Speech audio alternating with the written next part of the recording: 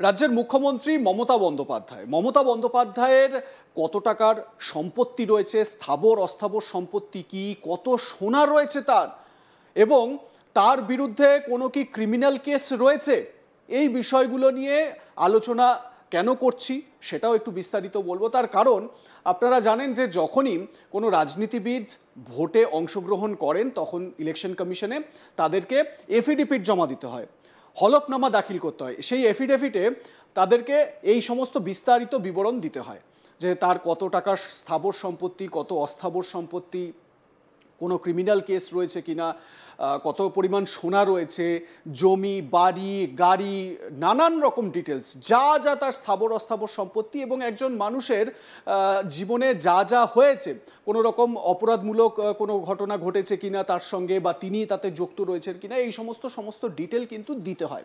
আপনারা দেখবেন যে বিভিন্ন সময় যখনই ভোট আসে তখনই এইগুলো নিয়ে জোর চর্চা শুরু হয়।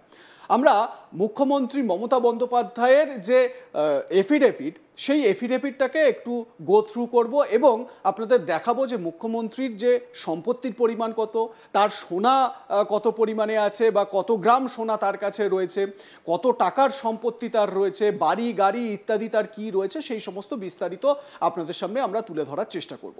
আপনারা জানেন যে এডিআর রিপোর্ট, সেই এডিআর রিপোর্ট থেকে আমরা এই তথ্য সংগ্রহ করেছি এবং এই তথ্য আপনাদের সামনে আমরা তুলে ধরার চেষ্টা করছি। কেমন লাগলো পুরোটা দেখবেন এবং অবশ্যই কমেন্ট করে আপনাদের মতামত জানাবেন। দেখুন, 2021-এর যে লাস্ট বিধানসভা সেটাই আমরা ধরেছি। 2021-এর বিধানসভা নির্বাচনে Bhabanipur by election on 30th September 2021, 30শে সেপ্টেম্বর হয়েছিল এবং সেই ভবানীপুর বাই ইলেকশন, যেটা থেকে মমতা বন্দ্যোপাধ্যায় ফের জিতে আসেন এবং মুখ্যমন্ত্রিত্ব গ্রহণ করেন। আপনারা জানেন নন্দীগ্রামে বিরোধী দলনেতা শুভেন্দু অধিকারীর কাছে পরাজিত হতে হয়েছিল। তারপর যে নিয়ম রয়েছে আমাদের ভোটের, সেই নিয়ম অনুযায়ী তাকে 6 মাসের মধ্যে অন্য একটি কেন্দ্র থেকে উপনির্বাচনে জিতে আসতে হবে মুখ্যমন্ত্রিত্বে থাকার জন্য। তো ভবানীপুর কেন্দ্রে বাই ইলেকশন হয়েছিল। যাই হোক, সেটা অন্য ব্যাপার। মমতা বন্দ্যোপাধ্যায়ের ক্রিমিনাল এবং অ্যাসেট ডিক্লারেশন, মানে ওই ব্যক্তি তিনি নিজে ডিক্লেয়ার করছেন যে আমার এত অ্যাসেট রয়েছে, কোনো ক্রিমিনাল কেস কিছু রয়েছে কিনা। Mamata Banerjee winner Bhabanipur by election, Kolkata south. তার বাবার নাম এখানে দেখতে পাচ্ছেন, ডটার অফ সেটাও দেওয়া রয়েছে, বয়স কত সেটা দেওয়া রয়েছে, এবং name enrolled as voter in 159 Bhabanipur West Bengal constituency, 159 Bhabanipur, serial number 367 in part number 209। সমস্ত ডিটেলস এখানে দেওয়া থাকে। Self profession social work and politics, নিজেকে মানে তার প্রফেশন কি সেই হিসেবে তিনি দেখিয়েছেন সোশ্যাল ওয়ার্ক, সামাজিক কাজ করেন বা সমাজের বিভিন্ন উন্নতি হবে এই রকম কাজ করেন, সোশ্যাল ওয়ার্কার, এবং তার সঙ্গে পলিটিক্স মানে রাজনীতিবিদ, এইটা দেখিয়েছেন তিনি। স্পাউস প্রফেশন, এটা তো নট অ্যাপ্লিকেবল, সেটা খুব স্বাভাবিক আমরা জানি। এবং এখানে দেখতে পাচ্ছেন declaration in 2021 West Bengal 2021, declared assets মানে কত সম্পত্তি তিনি ঘোষণা করেছিলেন সেই দেখুন, 16,72,352, 16,72,352 টাকার সম্পত্তি তিনি ঘোষণা করেছিলেন।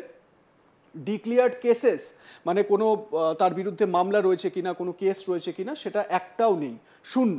ওয়েস্ট বেঙ্গল 2016 যে বিধানসভা ভোট, সেই বিধানসভা ভোটের তার সম্পত্তির পরিমাণ, ডিক্লেয়ার্ড অ্যাসেটস কত, 30,45,013, 30,45,013।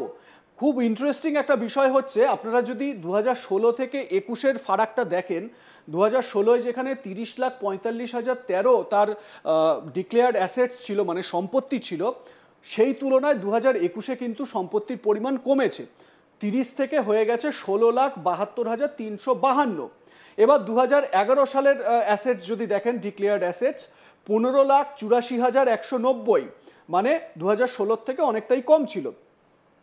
2009 সালের দিকে যদি তাকাই, সেই সময় যদিও তিনি মুখ্যমন্ত্রী ছিলেন না কিন্তু সাংসদ তো ছিলেন, 2009 সালে তার যে ডিক্লেয়ার্ড অ্যাসেটস 4,73,194।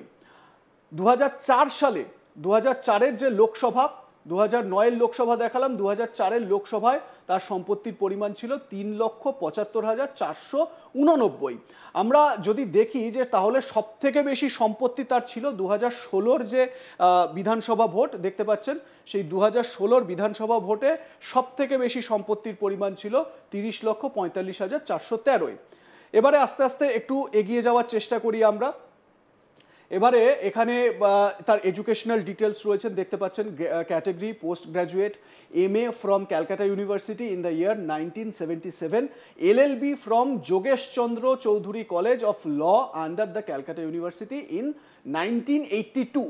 1982 সালে তিনি LLB হন যোগেশ চন্দ্র চৌধুরী কলেজ থেকে। 1977 সালে তিনি MA কমপ্লিট করেন ক্যালকাটা ইউনিভার্সিটি থেকে 1977 সালে। এটা হচ্ছে গিয়ে মমতা বন্দ্যোপাধ্যায়ের সেই সময় মানে এডুকেশনাল কোয়ালিফিকেশন যেটা আপনাদের দেখালাম।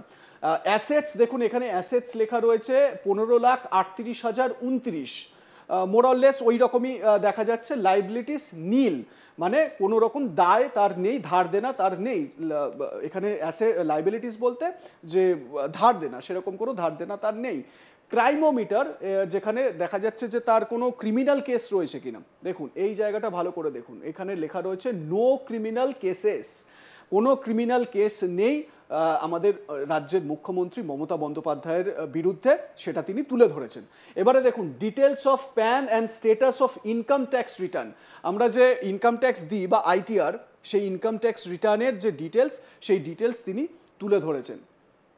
এবারে এখানে দেখুন দেওয়া রয়েছে যে 2020-2021 ফিনান্সিয়াল ইয়ার, সেখানে এখানে দেখা যাচ্ছে যে 2020-21-এ 15,47,845, 2019-20 ছিল 10,34,370, 18-19-এ ছিল 20,71,010, 17-18-এ ছিল 8,35,300, 2016-17-এ ছিল 9,18,300। তার ইনকাম ট্যাক্স রিটার্ন যে ডিটেলস, সেই ডিটেলস আমরা আপনাদের সামনে তুলে ধরেছি। এবারে দেখুন এটা খুব গুরুত্বপূর্ণ এই জায়গাটায়, ডিটেলস অফ ক্রিমিনাল কেসেস। আমার ক্যামেরা পার্সন খুব সুন্দরভাবে প্যান করলেন এবং আপনারা দেখতে পাচ্ছেন এখানে লেখা রয়েছে নো ক্রিমিনাল কেসেস। এই জায়গাটা আমার ক্যামেরা পার্সন অর্ঘ্যকে আরেকবার বলবো দেখাতে, no criminal cases against chief minister Mamata Banerjee. Details of criminal cases আপনারা দেখতে পাচ্ছেন।